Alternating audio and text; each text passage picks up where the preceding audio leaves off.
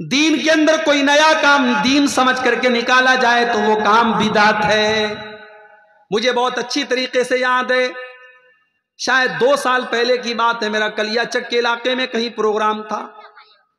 میں مالدہ سے جب کلیا چک کی طرف آنے لگا، 12 ربیع الاول کی تاریخ تھی، سارے راستے بلاک تھے اور مسلمانوں کے جلوس نکل رہے تھے اور بڑے بڑے ڈی جے کے ساؤنڈ بج رہے تھے۔ جوان جوان لڑکیاں اپنے اپنے گھروں سے نکل کر کے اپنے نبی کی پیدائش کا جشن منا رہی تھی۔ بڑے بڑے ڈی جے ساؤنڈ پر اللہ کے نبی کی تعریف میں قصیدے پڑھے جا رہے تھے۔ وہ لوگوں یہ منظر دیکھ کر کے دل کو بڑی تکلیف ہوئی۔ جس نبی نے کبھی میوزک کی آواز کو نہیں سنا، جس نبی نے میوزک کی آواز کو مزمار الشیطان قرار دیا، آج میوزک بجا بجا کے اس نبی کی پیدائش کی خوشی منائی جا رہی ہے۔ جس نبی نے اپنی امت کی عورتوں کو پردہ کرنے کا حکم دیا اور بے پردہ نکلنے سے منع کیا، اسی نبی کی پیدائش کی خوشی کے نام پر جوان جوان لڑکیاں سج دھج کر کے، میک اپ کر کے، لپسٹک لگا کر کے، میک اپ لگا کر کے، کریم پاؤڈر لگا کر کے، اپنے گھروں سے بہترین کپڑے پہن کر کے نکل رہی ہیں۔ واللہ یہ منظر دیکھ کر کے بڑی دل کو تکلیف پہنچی۔ یہ کام آپ کے کلیا چک کی مارکیٹ میں نے دیکھا، یہ کام ہوا۔ میرے پیارے ساتھیوں، یہ کام دیکھ کر کے بہت سے لوگوں کو بڑا اچھا لگ رہا تھا۔ لوگ اپنے اپنے گھروں سے نکل رہے ہیں، پیسہ خرچ کر رہے ہیں، ٹائم لگا رہے ہیں، کس نام پہ؟ نبی کی محبت کے نام پہ، اسلام کے نام پہ، دین کے نام پہ۔ مگر یہ کام 1400 سال پہلے نبی نے نہیں کیا، نبی کے صحابہ نے نہیں کیا۔ اس کام کو ہم بدعت کہتے ہیں۔ جو کام ثواب سمجھ کے کیا جائے، دین سمجھ کے کیا جائے اور اس کا ثبوت نہ ہو، اس کا پروف نہ ہو، وہ کام نبی نے نہ کیا ہو، نبی کے صحابہ نے نہ کیا ہو، اس کام کو بدعت کہتے ہیں۔ اور اللہ کے پیارے نبی اپنے ہر خطبے میں کیا فرماتے تھے؟ وَشَرَّ الْأُمُورِ مُحْدَثَاتُهَا وَكُلُّ مُحْدَثَةٍ بِدْعَةٌ وَكُلُّ بِدْعَةٍ ضَلَالَةٌ وَكُلُّ ضَلَالَةٍ فِي النَّارِ۔ دین کے اندر نیا نکالا گیا کام بدعت ہے، اور ہر بدعت گمراہی ہے، اور ہر گمراہی جہنم کی طرف لے کر کے جانے والی ہے۔ امام مالک رحمت اللہ علیہ بڑی پیاری بات کہتے ہیں۔ امام مالک کہتے ہیں، او لوگو کان کھول کر کے سن لو، اللہ نے اپنا دین مکمل کر دیا۔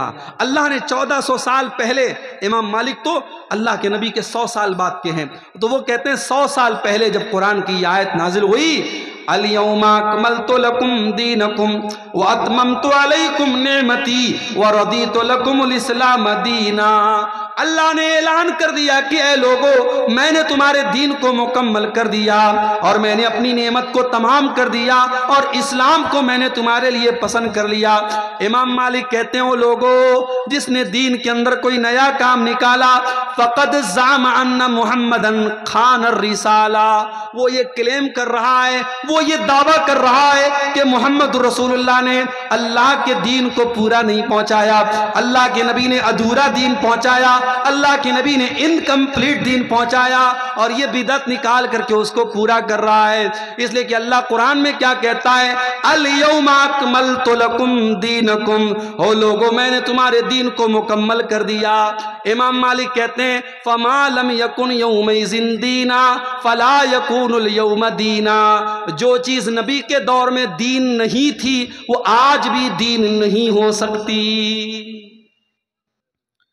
سوال آتا ہے، مردے کو دفنایا گیا، دفنانے کے بعد امام صاحب کھڑے ہو کر کے دعا کر رہے ہیں اور جتنے مقتدی ہیں سب آمین آمین کر رہے ہیں۔ سوال آتا ہے، مولوی صاحب کیا یہ طریقہ صحیح ہے؟ صحیح نہیں ہے، اس لیے کہ نبی نے دعا کرنے کا حکم دیا ہے، اجتماعی دعا کرنے کا حکم نہیں دیا ہے۔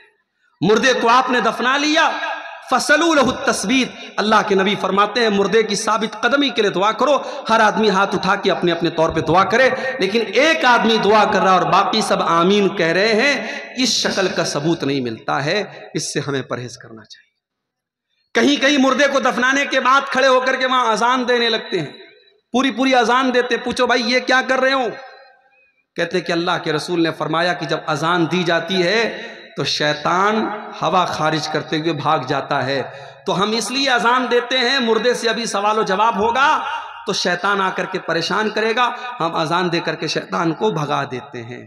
یہ لوجک نہیں چلے گی میرے بھائی. دین لوجک کا نام نہیں ہے، دین اپنا دماغ لگانے کا نام نہیں ہے. اگر یہ لوجک صحیح ہوتی تو نبی اور صحابہ کے دور میں بھی دفن کرنے کے بعد لوگ اذان دیتے. کیا ان کو نہیں پتا تھا کہ اذان دینے سے شیطان بھاگ جاتا ہے؟ جب نبی نے یہ کام نہیں کیا، صحابہ نے یہ کام نہیں کیا، تو ہم اور آپ کون ہوتے ہیں یہ کام کرنے؟ دین لاجک کا نام نہیں ہے. سردی کا موسم ہے، میں نے موزہ پہنا ہے اور یہ کپڑے کا موزہ ہے. مسئلہ یاد رکھو، چمڑے کے موزے پر بھی آپ مسح کر سکتے ہیں، کپڑے کے موزے پر بھی مسح کر سکتے ہیں. چمڑے کے موزے کو عربی میں خف کہتے ہیں اور کپڑے کے موزے کو عربی میں جورب کہتے ہیں.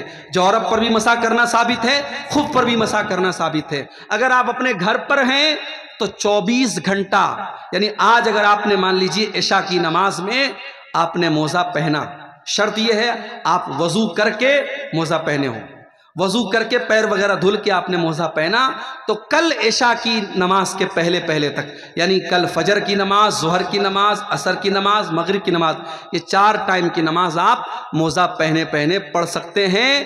ہر وضو کے ٹائم اگر آپ کا وضو ٹوٹ گیا ہے، آپ کو پیر دھلنے کی ضرورت نہیں ہے، موزے کے اوپر آپ مسح کر لیں. یہ مسئلہ کس کے لیے ہے؟ جو گھر پہ ہے. ہاں سفر میں اگر آپ ہیں، جیسے میں بنارس سے آپ کے بنگال میں آیا ہوں، تو میرے لیے 3 دن کی چھوٹ ہے.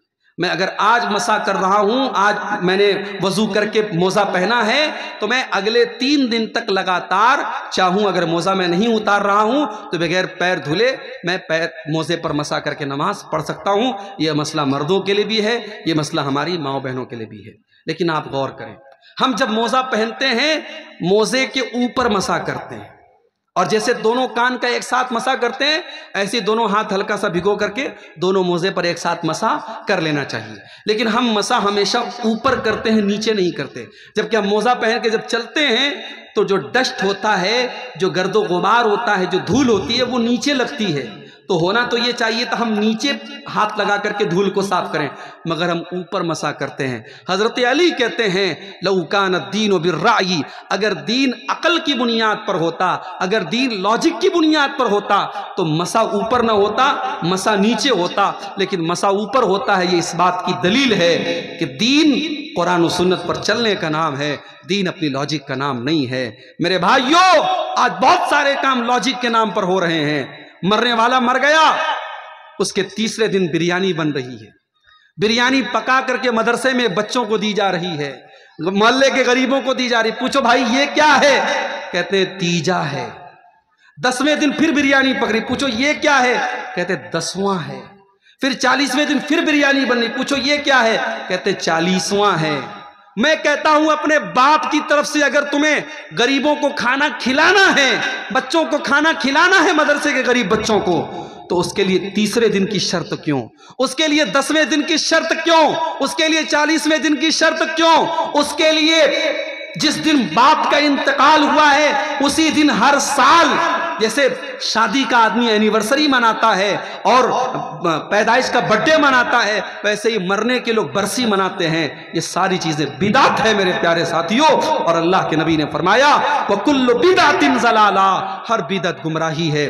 اور بدعت کرنے والا کل قیامت کے دن اللہ کے پیارے نبی اس کو بھگا دیں گے. اللہ کے پیارے نبی جب کل قیامت کے دن اپنی امتیوں کو حوض کوثر کا پانی پلائیں گے جس کو پینے کے بعد کسی کو پیاس نہیں لگے گی، تو جس نے بدعت کی ہوگی دنیا میں، جس نے دین کے اندر نیا نیا کام نکالا ہوگا، اللہ کے پیارے نبی جب اس کو کوثر کا جام پلانے کی کوشش کریں گے تو فرشتے روک دیں گے. فرشتے کہیں گے اللہ کے نبی آپ ان کو حوض کوثر کا پانی نہیں پلا سکتے. اللہ کے نبی فرمائیں گے یہ تو میری امت کے لوگ ہیں، یہ تو میرا کلمہ پڑھنے والے لوگ ہیں، اے فرشتوں تم مجھے کیوں منع کر رہے ہو، ان کو پانی کیوں نہیں پلانے دے رہے ہو؟ فرشتے جواب دیں گے انک لا تدری ما احدثوا بعدک، اے اللہ کے نبی آپ نہیں جانتے انہوں نے آپ کے بعد دین میں کون کون سے نئے نئے گل کھلائے ہیں. تو بدعت سے جب تک ہم سماج کو پاک نہیں کریں گے سماج کی اصلاح نہیں ہو سکتی. اور آگے بڑھیے، سماج کی اصلاح کرنا ہے، ایک اور کام بھی کرنا ہے میرے بھائی، فرقہ پرستی کو ختم کرنا ہے، امت کو ایک کرنا ہے. امت کو لڑانا نہیں ہے، امت کو اتحاد، امت کے اندر ایکتا پیدا کرنا، یونٹی پیدا کرنا ہے. امت ایک کب ہوگی؟ جب اس امت کا پلیٹ فارم ایک ہوگا. امت کا پلیٹ فارم کیا ہوگا؟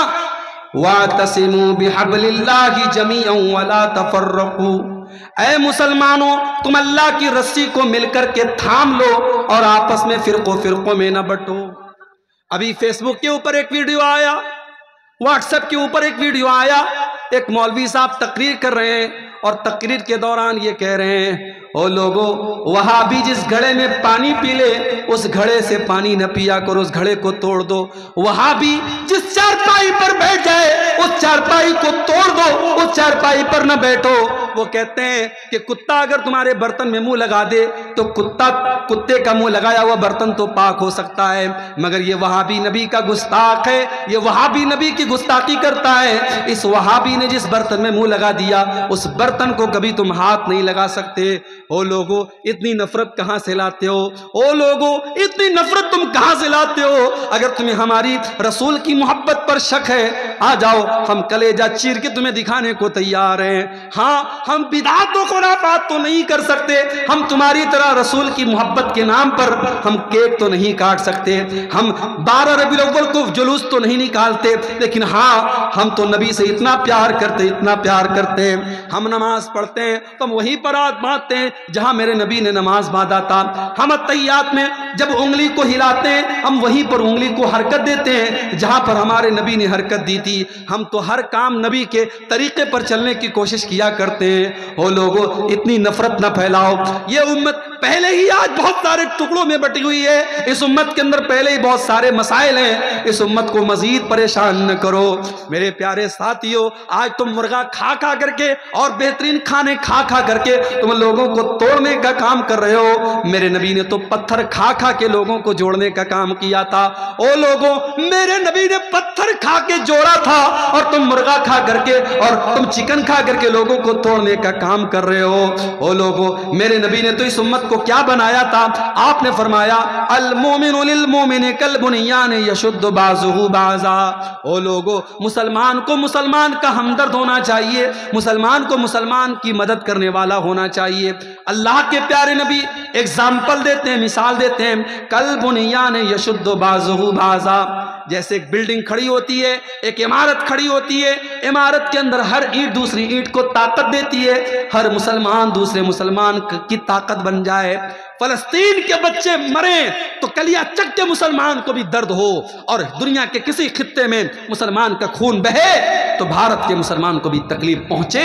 یہ ہوتا ہے اسلامی محبت اور اسلامی بھائی چارہ۔ میرے نبی نے یہ بھائی چارہ آپ کے اندر پیدا کیا تھا۔ اور میرے بھائیوں اتنا ہی نہیں، اللہ کے نبی نے یہاں تک فرمایا مثل المؤمنین فی توادہم وتعاطفہم وتراحمہم کمثل الجسد الواحد۔ او لوگو آپس میں اتنی محبت کیا کرو، اتنی ہمدردی کیا کرو، اتنا پیار کیا کرو جیسے انسان کا شریر ہوتا ہے، جیسے انسان کی باڈی ہوتی ہے۔ اذ اشتکا منہ عضو تداعی لہ سائر الجسد بالسہر والحمى، اگر بدن کے اندر کوئی ایک انگ بھی اگر بیمار ہو جاتا ہے سارا بدن بے چین ہو جاتا ہے، سارا بدن بخار میں مبتلا ہو جاتا ہے، پوری باڈی میں فیور ہو جاتا ہے۔ او لوگو جس طریقے سے انسان کا شریر ایک دوسرے سے کنیکٹڈ ہے، اے مسلمانوں تم ایک دوسرے سے کنیکٹڈ ہو جاؤ۔ اسی لیے ہمیں سلام سکھایا گیا۔ دنیا کے اور مذہب کے لوگ، ہمارے ہندو بھائی جب ملتے کہتے رام رام، جے شری کرشن، ہمارے عیسائی بھائی ملتے ہیں کہتے ہیں گڈ مارننگ گڈ ایوننگ، ہمارے سکھ بھائی ملتے ہیں کہتے ہیں ست سری اکال، ان کے اپنے اپنے نعرے ہیں، مگر مسلمان جب ملتا ہے تو کیا کہتا ہے؟ السلام علیکم ورحمۃ اللہ وبرکاتہ۔ مسلمان یہ بولتا ہے، دشمن بھی سامنے آ جائے اللہ کے نبی نے فرمایا جسے تم پہچانتے ہو اسے بھی سلام کرو، جسے نہیں پہچانتے اسے بھی سلام کرو۔ جب ہم نے سلام کر دیا ساری نفرت تو ہوا ہو گئی، ساری نفرت تو مٹ گئی۔ جب میں نے اپنے دشمن سے کہہ دیا السلام علیکم ورحمۃ اللہ وبرکاتہ تو دشمنی تو میں نے تبھی ختم کر دی، کیونکہ میں نے کہہ دیا اے میرے دشمن میں سلامتی کی دعا کر رہا ہوں تیرے لیے، میں رحمت کی دعا کر رہا ہوں تیرے لیے، میں برکت کی دعا کر رہا ہوں تیرے لیے۔ اتنی بڑی دعا جب میں نے دے دی تو پھر دشمنی کہاں رہ گئی؟ اسی لیے اللہ کے نبی فرماتے ہیں کہ میں تم کو وہ نسخہ بتاتا ہوں۔ او لوگو تم جنت میں نہیں جا سکتے جب تک تم ایک دوسرے سے محبت نہ کرو، اور میں تم کو بتاتا ہوں کہ وہ کون سا طریقہ ہے، جب تم اس پر عمل کرو گے تو ایک دوسرے سے محبت کرنے لگو گے۔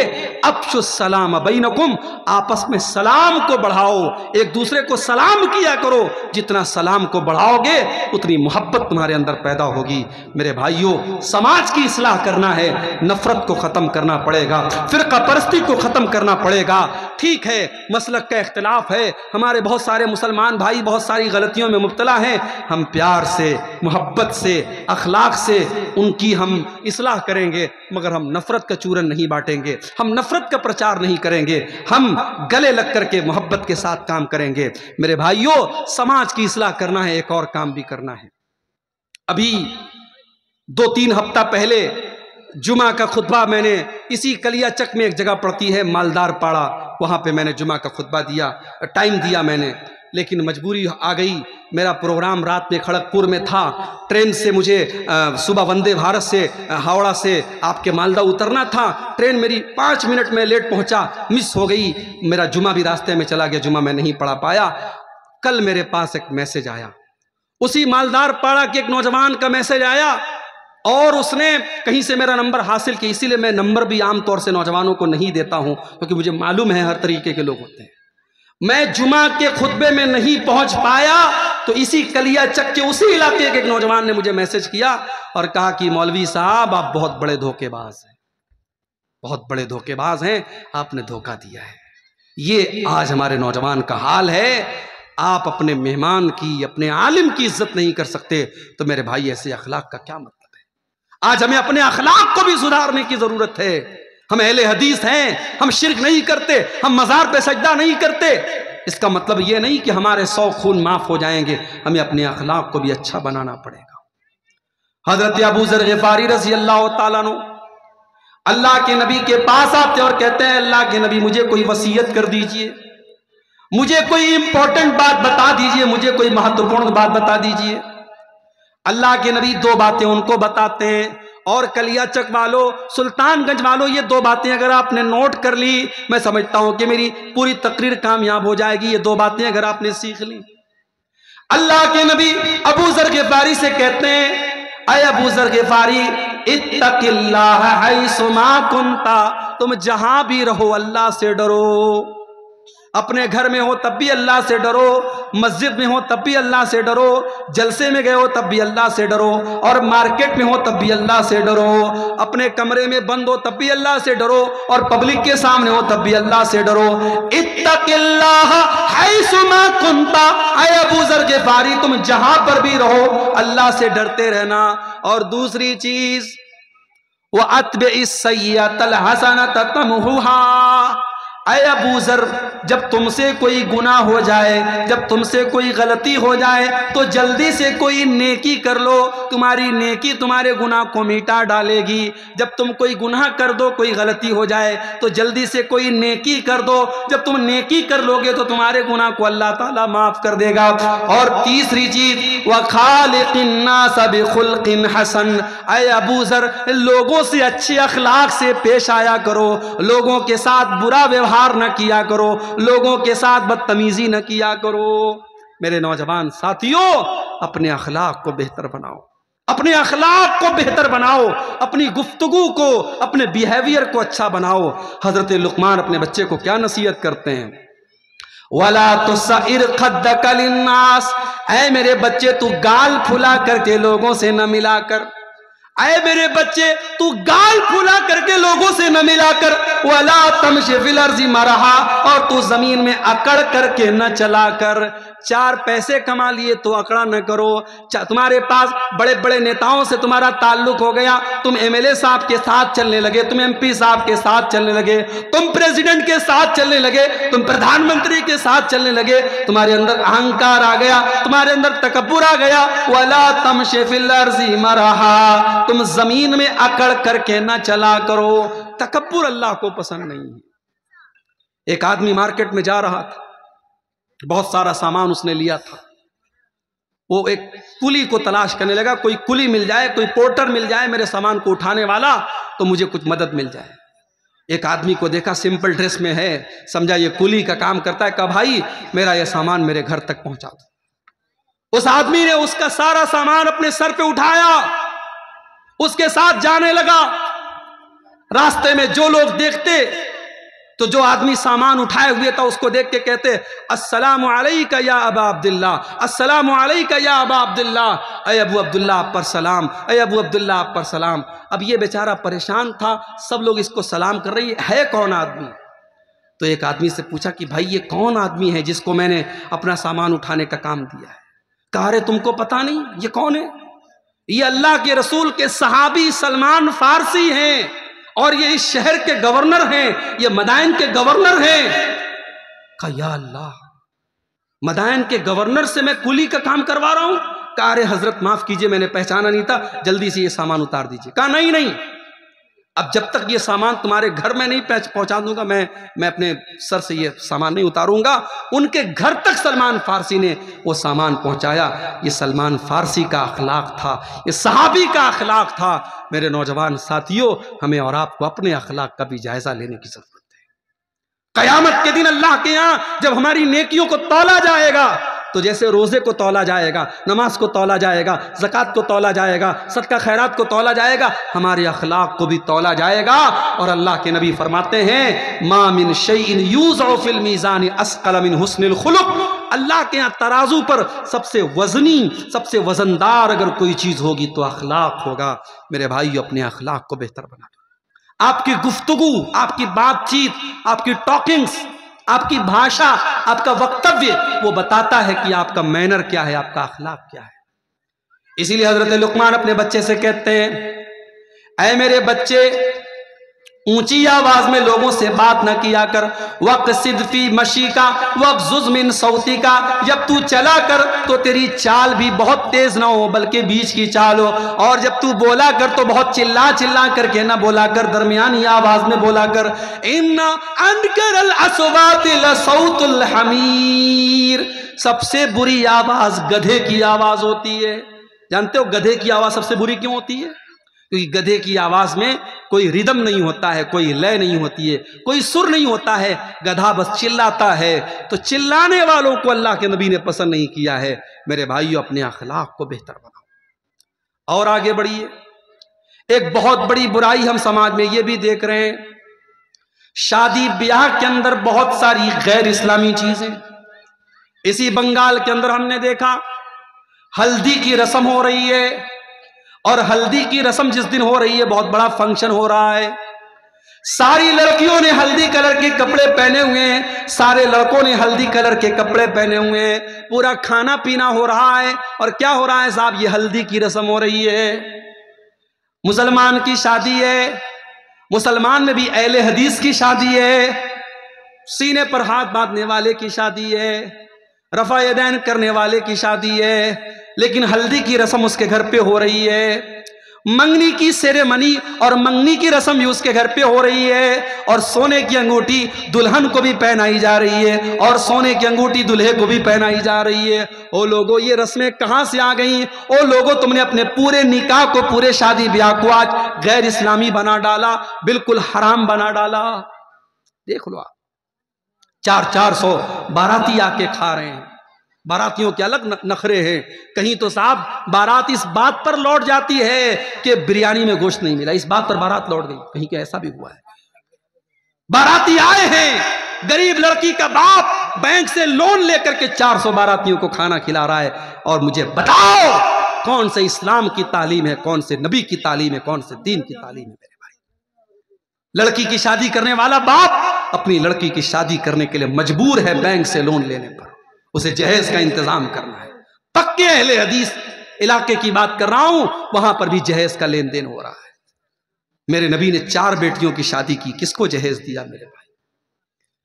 صحابہ نے اپنی بیٹیوں کی شادی میں کب لوگوں کے سامنے ہاتھ پھیلا کے بھیک مانگی اور قرضہ لے کے اپنی بیٹیوں کی شادی کی ہے؟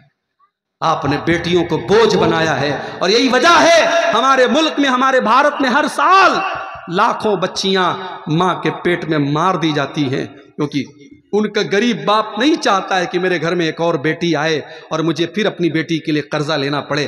بیٹیوں کو باپ ماں کے پیٹ میں مروا دیتا ہے۔ میرے بھائی، اپنے شادی بیاہ کے سسٹم کو آسان کرو میرے بھائی. سماج بہت دوسرے طریقے پر جا رہا ہے. میں کہیں کہیں جاتا ہوں, مجھ سے نوجوان کہتے ہیں مولوی صاحب کوئی نصیحت کر دیجئے, کوئی قیمتی بات بتا دیجئے. میں ایک ہی قیمتی بات بتاتا ہوں, شادی کے قابل ہو گئے وہ شادی کرو. ان کے گارجین سے کہتا ہوں, لڑکیوں کے باپ سے کہتا ہوں. لڑکے تو پھر بھی کہہ دیتے ہیں گھر میں میری شادی کرا دو, لڑکیاں بیچاری شرماتی ہیں, وہ نہیں کہہ سکتی. لڑکی 25 سال کی ہو گئی, 28 سال کی ہو گئی, 30 سال کی ہو گئی, تم شادی نہیں کرا رہے ہو, کیوں نہیں کرا رہے ہو؟ ارے مولوی صاحب کیا بتائیں, ہمارے برابر کا رشتہ نہیں مل رہا ہے. اپنی شرطوں کو تھوڑا ڈاؤن کر دو میرے بھائی, اپنی شرطوں کو تھوڑا کم کر دو. اپنی بچیوں کی, اپنے بچوں کی صحیح ٹائم پر شادی کرو. نہیں کراؤ گے, ہوٹلز کھلے ہیں, زنا کے اڈے کھلے ہیں. اور ابھی رپورٹ آئی ہے, ایک ہوٹل کمپنی ہے جو پورے بھارت میں جس کے ہوٹلوں میں زناکاری ہوتی ہے, اس ہوٹل کی کمپنی کا سروے آیا ہے, پورے بھارت میں اس ہوٹل کو سب سے زیادہ حیدرآباد شہر میں یوز کیا جاتا ہے, اور حیدرآباد میں بھی سب سے زیادہ مسلم علاقوں میں یوز ہو رہا ہے. آج آپ کی مسلمان لڑکیاں اس راستے پر جا رہی. کرناٹک کی حویری سے ابھی ایک نیوز آئی, 26 سال کی مسلمان لڑکی 40 سال کے غیر مسلم رکشہ ڈرائیور کے ساتھ ہوٹل کے کمرے میں پائی گئی, بدکاری کرتے ہوئے پائی گئی. یہ حالات آپ کی قوم کے ہیں میرے بھائی. ہمارے اتر پردیش کے بریلی شہر میں 8 سال تک مدرسے میں پڑھنے والی لڑکی آج غیر مسلم کے ساتھ اپنے گھر کو, اپنے باپ کو, اپنے پریوار کو چھوڑ کے جاتی ہے اور غیر مسلم کے ساتھ شادی کرتی ہے اور اس کے مذہب میں داخل ہو جاتی ہے, اسلام کو چھوڑ دیتی ہے. آپ نے کیا کیا میرے بھائی؟ آپ کے اسی بنگال میں دیکھتا ہوں جلسہ ہو رہا ہے, آپ نے عورتوں کا انتظام کیا ہے, بہت اچھی بات ہے. لیکن آپ کے یہاں جمعہ کی نماز ہوتی ہے مسجد میں, جامع مسجد میں. میں نے پوچھا 10 مسجدوں کے بارے میں, میں نے پوچھا تو 10 مسجدوں میں سے 3 مسجدوں والوں نے کہا ہمارے یہاں عورتوں کا انتظام ہے, 7 مسجد والوں نے کہا ہمارے یہاں کوئی انتظام نہیں. کیوں انتظام نہیں؟ کیا آپ کے پاس پیسے کی کمی ہے؟ نہیں, بہت پیسہ ہے آپ کے پاس. آپ کی شادیاں بتاتی ہیں بہت پیسہ ہے آپ کے پاس. آپ کی فضول خرچی بتاتی ہے بہت پیسہ ہے آپ کے پاس. شادی بیاہ کے موقع پر آپ کے لاکھوں کے خرچ بتاتے بہت پیسے ہیں آپ کے پاس. اگر بچانا چاہتے ہو اپنی قوم کی بچیوں کو, اپنی مہیلاؤں کو, اپنی بیٹیوں کو, میری بات لکھ لو. ہر جمعہ جہاں آپ مسجد میں جمعہ کا انتظام کرتے ہیں وہاں لیڈیز کا ارینجمنٹ کمپلسری, مینڈیٹری ہونا چاہیے, ضروری ہونا چاہیے. آپ عورتوں کا انتظام کیجیے اور گھر کی تمام عورتوں کو جمعہ کی نماز میں لے کے جائیے. ساس بھی جائے, بہو بھی جائے, بیٹی بھی جائے, ماں بھی جائے. ہمارے یہ بھی عجیب مسئلہ ہے, 70 سال کی بوڑھی ماں گھر سے نکلتی ہے تو چادر میں, نقاب میں, برقعے میں نکلتی ہے, اس کی آنکھ بھی نظر نہیں آتی. اور 18 سال کی چھوکری نکل رہی ہے, بال کھلے ہوئے ہیں, لپسٹک لگا کے, میک اپ کر کے, تمام سر سے پیر تک پوری سج کے سنور کے نکل رہی ہے. ماں کو پردے کی, شریعت نے پردے کی چھوٹ دی ہے. 60 سال کی عورت ہو جائے, شریعت نے کہا اگر وہ پردہ اتنا نہ بھی کرے تو چلے گا. جس کو پردہ کرنا چاہیے وہ بے پردہ گھوم رہی ہے, اور 60 سال والی جو بوڑھی اماں ہے وہ بیچاری پردہ کر رہی ہے. میرے بھائیوں, ہمیں سماج کو بدلنا پڑے گا. ہمیں سمجھنا پڑے گا کہ سماج آج دشت ہو رہا ہے, سماج آج گندا ہو رہا ہے, اور اس سماج کو بچانے کی ذمہ داری ہم سب کی ہے. اگر بیوی اگر بے پردہ گھوم رہی ہے, شوہر کہاں مر گیا؟ اگر بیٹی بے پردہ گھوم رہی ہے, باپ کہاں مر گیا؟ اگر بہن بے پردہ گھوم رہی ہے, بھائی کہاں مر گیا؟ میں بتاؤں کہاں مر گیا؟ وہ بھائی خود بازار میں نظروں کا زنا کر رہا ہے, وہ باپ خود مارکیٹ میں بیٹھ کے بیڑی کا دھواں اڑا رہا ہے, اور وہ شوہر خود اپنی بیوی کو لے کر کے نمائش کرا رہا ہے اس کے حسن کی. میرے بھائیوں, آپ کو غیرت مند بننا پڑے گا, آپ کو حیادار بننا پڑے گا. اللہ کے نبی فرماتے ہیں ثلاثۃ لا ينظر اللہ عز وجل الیہم یوم القیامہ, 3 لوگ ایسے ہوں گے قیامت کے دن جن کی طرف اللہ تعالیٰ دیکھے گا بھی نہیں, بات بھی نہیں کرے گا, پاک اور صاف بھی نہیں کرے گا. نمبر 1, العاق لوالدی, اپنے ماں باپ کو ستانے والا, اپنے ماں باپ کو دکھ دینے والا, اپنے ماں باپ کو تکلیف دینے والا. مگر یہاں پہ رک جائیے, اگر ماں باپ کو کوئی صحیح بات پر آپ دکھ دے رہے ہیں, مطلب بلا وجہ ماں باپ آپ سے ناراض ہیں, شادی ہو گئی, اب ساس یہ طے کر رہی ہے کہ عورت کو کب مائکے جانا ہے کب نہیں جانا ہے, یہ کون سا اصول ہے میرے بھائی؟ یہ کون سا اصول ہے کتنے گھروں میں ساس یہ بھی طے کرتی ہے کہ بہو کو کب نہانا چاہیے کب نہیں نہانا چاہیے. یعنی جوائنٹ فیملی سسٹم میں پرائیویسی نام کی کوئی چیز نہیں ہے. بہو بیچاری اپنی مرضی سے نہا نہیں سکتی. وہاں نند الگ پہرا دے رہی ہے، ساس الگ پہرا دے رہی ہے. اب وہاں پہ اگر شوہر کہتا ہے کہ میری بیوی ہے، میں نکاح کر کے لایا ہوں، یہ میری مرضی سے مائکے جائے گی، میری مرضی سے آئے گی، اب وہاں پہ ماں ناراض ہو جائے تو اس ناراضگی کا کوئی مطلب نہیں ہے.